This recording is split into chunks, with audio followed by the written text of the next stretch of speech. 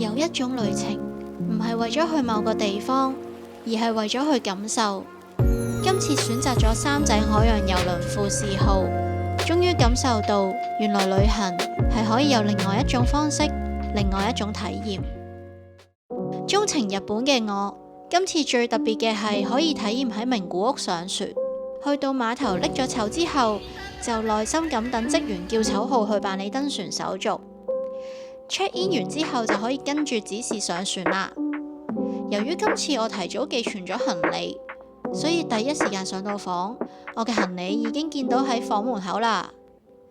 今次我入住嘅係三井露台客房，房入邊有張雙人大床、梳化、電視、熱水壺、露台等等。浴室呢就用咗雲石嘅設計，有企缸同埋浴缸。最特別嘅係有個衣帽間，如果你想放大型行李喺個廳度呢，都仲有好多位嘅。一入到房，仲發現有 welcome drink 添啊！房入邊準備咗每日郵報，可以俾我哋睇下每日有咩活動。如果你提早 book 咗岸上觀光團，仲會收到張飛添。但如果你之前冇報名，我建議你喺第一日一上到船就去櫃台報名，唔係好快會 full 㗎。櫃台旁邊就係三井海洋廣場，你可以喺度睇下書啦，飲下咖啡啦，食下甜點咁樣，又或者吹下海風。喺海天之間，你會發現時間真係可以慢落嚟，俾你好好咁唞一唞。喺三井海洋富士號上面，你會體驗到咩係日式盛情款待哲學？Omotenashi，佢嘅款待之道係重視細節、節奏同埋分寸，令成個旅程唔只係一場移動，仲係一種被悉心照顧嘅享受。喺呢度，你唔使趕時間，時間會等你。你可以喺湖畔泳池游下水、曬下太陽，又或者聽下音樂。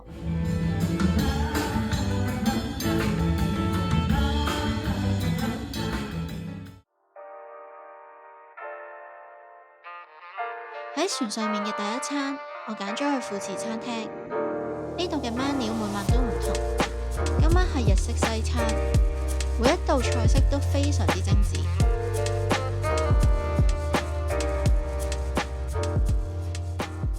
食完個飯就可以去海洋劇場睇下表演。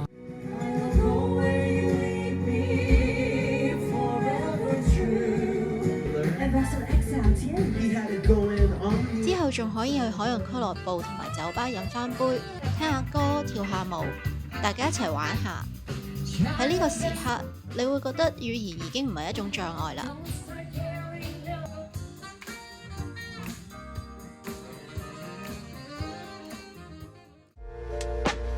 玩完消耗咗啲體力，有啲餓，唔緊要喎。呢度有24小時嘅 room service， 房嘅電視就係 menu， 打個電話大約半個鐘就有得食啦。如果想食 room service 早餐，記得喺凌晨2點前將個 order form 放喺門口啊。朝頭早第一道陽光打喺個海面同埋露台上面，望住個海，喺自己最私密嘅房食返份日式早餐，真係會帶俾你絕對嘅寧靜同埋平靜㗎。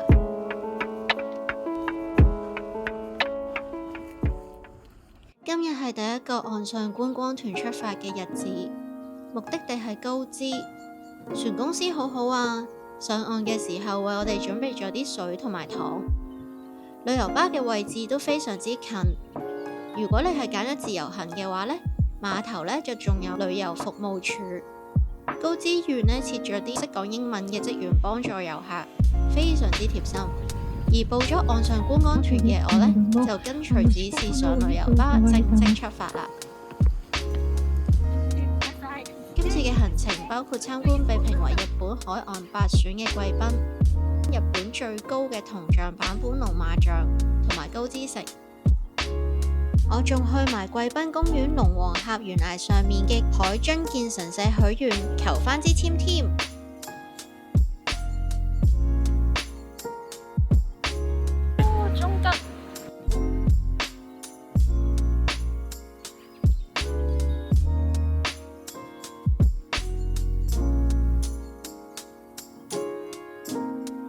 玩完高知，上船之前，碼頭仲有啲小手信嘅攤檔可以俾你買手信。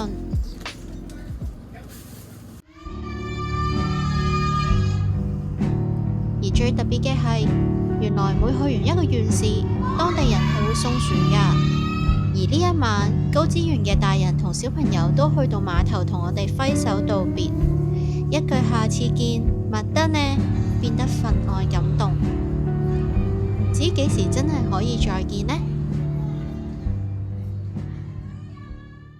食完飯就開始玩下啲船上面嘅設施啦，例如去下賭場打下麻雀，玩下遊戲咁，或者再去俱樂部酒吧跳下舞，盡情放鬆，真係會好瞓啲㗎。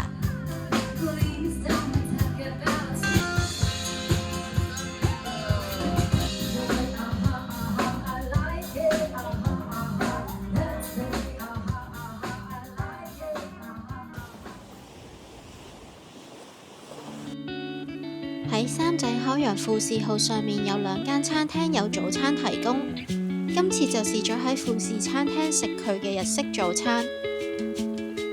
我就最中意佢個紅豆栗子粥啦，食完個人好暖，可以舒舒服服咁樣出發去羽和島玩。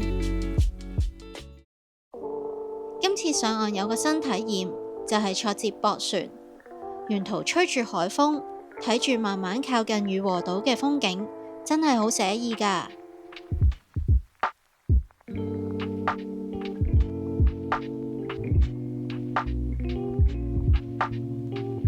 到達咗羽和島碼頭之後，除咗有島民歡迎我哋之外，碼頭仲設有 information counter， 有邊度想去都可以問佢哋。今次呢，我依然就係跟船公司提供嘅觀光團，可以一次過去晒羽和島城啦、天赦園啦，同埋伊達博物館等等，仲會食羽和島嘅鯛魚鄉土料理做 lunch 添。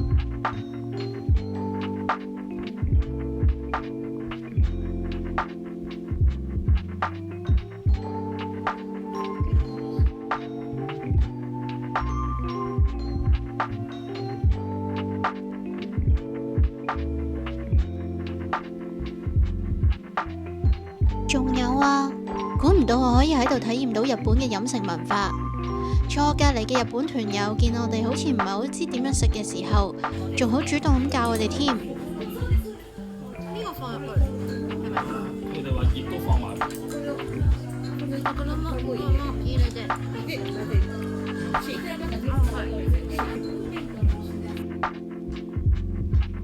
呢個就係跟團嘅好玩之處啦。因為你真係會認識到唔同嘅人，得到好多唔同嘅體驗㗎。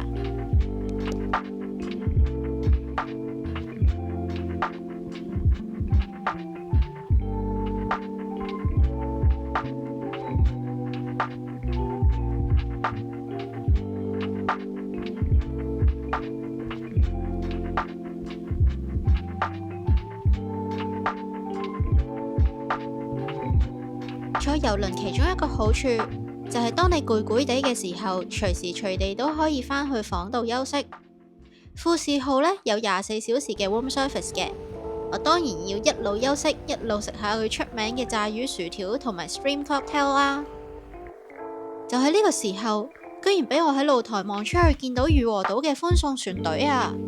佢哋嘅漁船插滿咗超有特色嘅旗幟，好有型。呢個畫面真係好難得一見啊！今晚我又去咗富士餐廳食日式晚餐，因為 menu 每晚都唔同嘅關係，所以每晚都有驚喜，亦都充分體驗到匠心嘅日式餐飲美學。今晚同時係非常特別嘅船長之夜，船長同埋佢嘅 crew 都會一齊嚟到海洋劇場，同大家傾下偈、影下相。玩完見個肚仲有啲位，我就去咗百葉露台餐廳食個自助餐。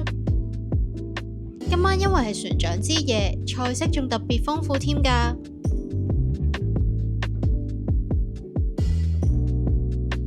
食完嘢當然要去飲返杯啦，我就揀咗去觀景酒吧36 chill 下啦。呢度有好多特色嘅 cocktail 俾你揀，一邊飲酒一邊聽鋼琴演奏，真係好 relax 㗎。今晚最後嘅活動當然要去俱樂部玩下啦。主持人會喺3分鐘之內用好多方法問你問題，務求令你講 yes 或者係。睇住一眾挑戰者忍唔住講係嘅時候，大家都笑得好開心啊！第2日起身，決定試下去百葉露台餐廳食早餐自助餐。呢度嘅食物款式非常之多。日本人食早餐會食飯噶嘛，所以呢度都有部自動販賣機，揀你要嘅份量，撳個掣，佢就會自動出到一碗熱辣辣嘅飯噶啦。今日去嘅地方係大分縣嘅中津市，一個連日本人自己都比較少去過嘅小眾縣市。我哋去咗睇日本最長嘅石拱橋野馬溪橋，穿過由禪海真人親自作出嚟嘅青之洞門石窟。我一路行一路都好感恩三井海洋郵輪會去呢啲咁小眾嘅縣市，令到我有機會去睇啲咁靚嘅風景。回程嘅時候，碼頭多咗幾架美食車，有小食有飲品，我就揀咗呢度最多人排隊，連續5年獲得最高金賞嘅炸雞同炸雞皮嚟食。每次上船嘅時候，船公司都會派發免費飲品，用嚟送炸雞就最啱啦，仲可以一邊食一邊睇大分縣嘅歡送表演添。今次旅程天公造美，所以一定要喺湖畔泳池餐廳食下嘢 chill 下。呢度會提供 pizza、熱狗、nachos 等等輕食，仲有啲特色飲品，一邊食一邊吹下海風，真係超滿足。今晚我哋預約咗去試下收費嘅餐廳北齋高級餐廳，佢係一間以日本藝術大師角色北齋命名嘅特色餐廳，由主廚三國清三監製。以4季入讚，提供7道菜，再配合日本清酒、燒酒、葡萄酒等等，絕對體驗到日本飲食文化嗰種對細緻嘅極致追求啊！食完7道菜之後，上場嘅就係芝士餐車，有 blue cheese、cheddar cheese、camembert cheese 等等，真係啱晒我哋呢啲中意食芝士嘅人啊！今日朝頭早有多少少時間，所以尋晚就叫定咗個 room service。試埋上次冇試到嘅西式早餐，好好享受下呢個無價嘅海天一色嘅畫面。食完早餐又再上岸啦。今次嘅目的地係釜山，我哋去咗5、6島日之出公園打卡，又去咗釜山國際市場掃下街、扭下蛋、買下化妝品咁，啱晒我呢啲中意行街 shopping 嘅人啊！呢度嘅觀景酒吧36，除咗可以飲到特色 cocktail 之外，仲可以試試佢嘅和風下午茶玉手霜。佢嘅創作靈感係嚟自日本浦島太郎嘅傳說。打開個盒，入邊就會有好精緻嘅和果子，你仲可以飲自選茶葉沖出嚟嘅茶添。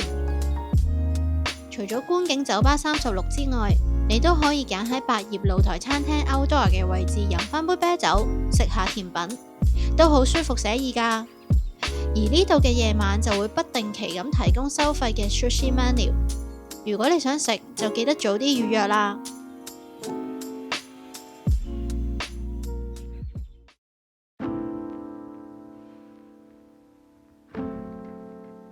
船上面其實仲有好多設施，好多嘢玩，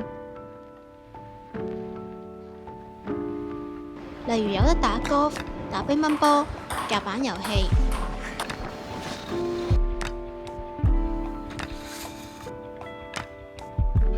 仲有啲係要同其他乘客一齊組隊玩嘅遊戲添。另外又可以參加下一啲唔同嘅 workshop， 學下唔同嘅日本工藝，啱晒中意日本文化嘅你啊！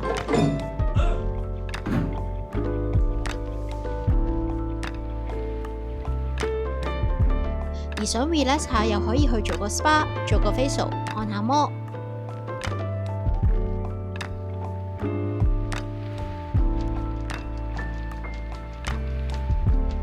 想 keep 住運動又可以去做 gym， 中意 shopping 嘅又可以去海洋精品店買下衫、買下手信咁。